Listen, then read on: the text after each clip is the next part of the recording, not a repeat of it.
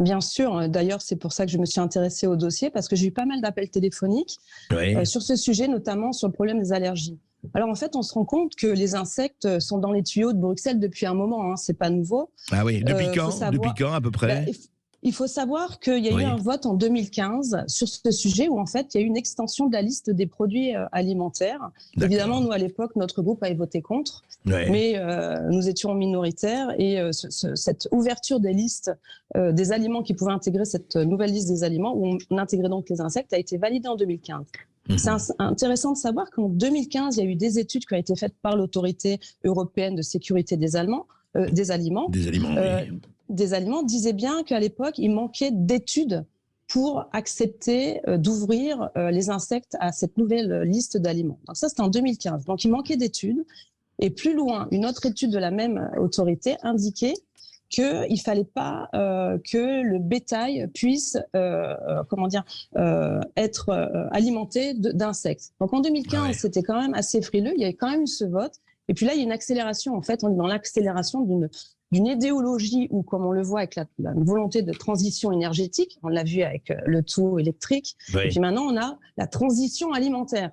Donc, comme vous l'avez dit, il y a eu l'autorisation du verre de farine jaune, on a eu le criquet migratoire, et puis maintenant, 3 janvier, signature par effectivement la commissaire européenne, Madame von der Leyen, qui autorise la poudre de grillons domestiques dans tous les aliments que vous avez annoncés, que ce soit les biscuits, les pizzas, les purées, les plats à base de légumineuses, même les bières.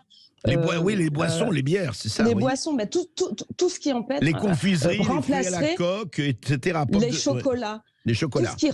Tout ce qui est ces protéines animales pourraient remplacer les autres protéines alimentaires. Même la viande aussi, Et la viande aussi qui est modifiée. Donc en fait, on est dans une accélération de cette idéologie, une idéologie, je rappelle, qui est de sauver la planète. Donc manger des insectes pour sauver la planète, arrêter de manger du steak, manger des insectes, ça va sauver la planète. Donc on est dans cette idéologie qui s'accélère, puisque on voit dans la communication 2021, qui est l'Organisation mondiale de l'alimentation, la FAO, déclare qu'il y a 1900 insectes qui pourraient être utilisés comme aliments dans le monde.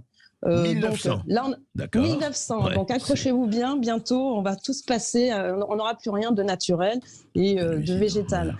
Et en ce moment, donc la commission a considéré qu'il y avait en lice 11 demandes qui étaient en cours. Donc c'est-à-dire que là on est au 3e insecte, mais il y en a 11 et que effectivement on est dans cette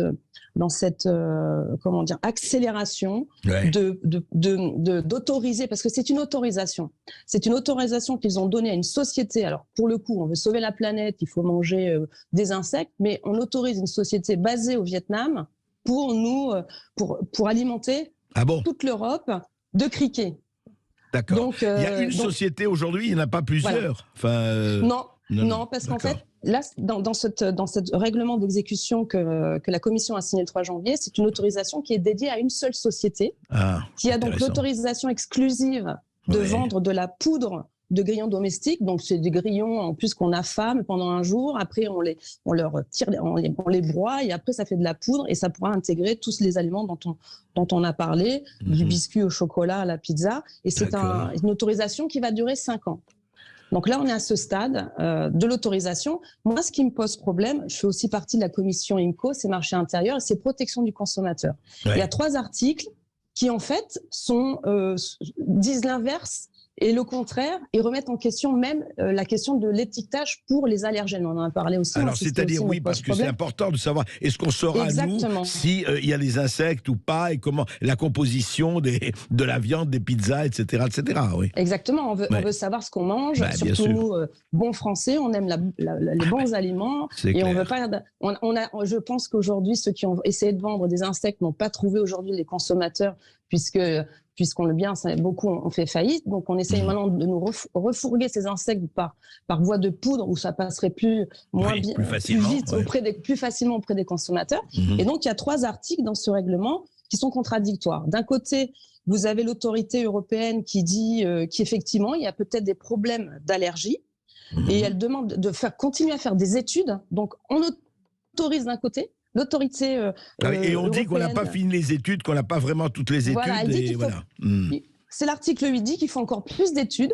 La commission dit en dessous qu'elle considère qu'aucune exigence d'étiquetage spécifique sur ce sujet n'est encore à mettre en place. Et puis vous avez l'article 10 qui dit, mais attention, peut-être que ça pose problème au niveau des allergies, mais je renvoie à l'article 9. Et l'article 9 dit qu'en fait, il n'y a pas besoin d'étiquetage. Donc c'est un vrai sujet, parce qu'on le sait bien, en tant que consommateur déjà, par choix, on n'a peut-être pas envie de manger des insectes à l'insu de son plein gré. Et puis après, le problème, effectivement, sanitaire. Donc là, je vais faire la question à la commission, parce que l'étiquetage, c'est important. C'est la base, on va dire. Pardon, Virginie Joron, tout est étiqueté aujourd'hui. Quand on va à un supermarché ou dans une épicerie ou ailleurs, tout est étiqueté. Alors ce ne serait pas étiqueté. C'est quand même bizarre. Effectivement, quand on lit le règlement, il y a ce flou. À la première lecture, on considère qu'effectivement, il n'y aurait pas d'obligation d'étiquetage pour ces produits. Alors, il y a le problème pour le consommateur, mais directement par rapport au choix du produit derrière, là, j'ai regardé, j'ai pris une boîte pour voir un petit peu ce qu'il y avait dedans. Bon, c'est très succinct, mais au moins, on pourrait avoir cette information. Au lieu d'avoir farine de blé, on aurait farine de criquet, farine de verre de larves jaunes. Et autres. Donc, grillons, farine de grillon, Exactement, toute la liste d'insectes. Mais là, pour l'instant, c'est pas recommandé. Et puis après, il y aura l'autre problème. Ce sont tout ce qui est produit déjà transformé auprès des restaurateurs. Puisque là aussi, on ne saura pas si la pizza qu'on ira manger chez notre pizzaiolo sera à base de poudre d'insectes ou pas. Et on ne saura pas si on va manger au restaurant, sur le menu, ce ne sera pas écrit à base d'insectes, quoi. Ce ne sera pas dit. Voilà, c'est ça. On ne sait pas aujourd'hui, à ce stade, s'il y aura cette obligation qui sera imposée aussi auprès des restaurateurs, auprès aussi des grandes enseignes. C'est encore flou, et là il y a du flou, il y a un loup, comme disait la chère Martine Aubry. Mais dites-moi, est-ce qu'on sait aujourd'hui, alors Virginie Joron, puisque vous avez déjà enquêté, est-ce qu'on a des réponses médicales ou scientifiques? Est-ce qu'on sait en fait que les insectes, c'est... Bon, pourquoi pas, je veux dire, mais on ne va pas faire de parti pris.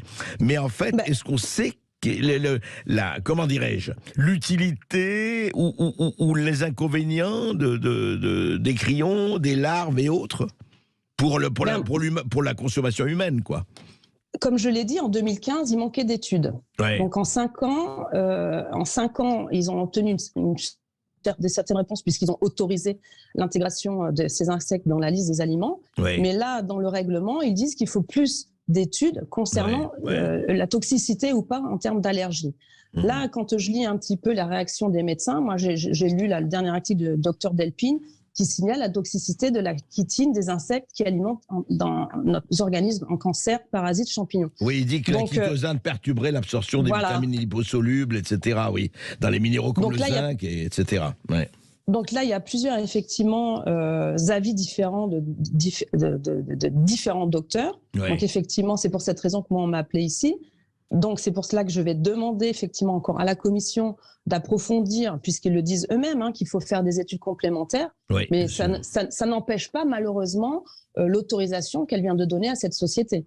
C'est-à-dire qu'aujourd'hui, à l'heure où on parle, Virginie Joron, du groupe, je rappelle, du groupe Identité Démocratie au Parlement européen, à l'Assemblée européenne, aujourd'hui, on peut, c'est-à-dire que cette société peut exporter et en Europe, tout le monde peut, peut... À partir du 24 janvier, donc depuis hier, ça y est, cette société est habilitée à vendre sa poudre de criquet domestique auprès de l'ensemble des pays de l'Union européenne. D'accord. Donc, sans pour cela qu'on ait achevé les études sur ce sujet. Exactement.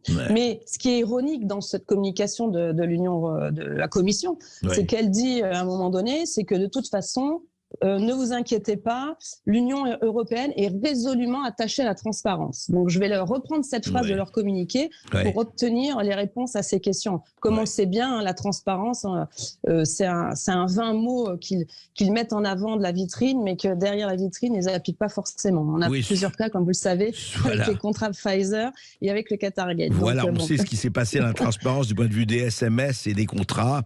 Donc, on espère que ça se passera autrement. En tout cas, merci beaucoup Virginie Joron, et on vous suivra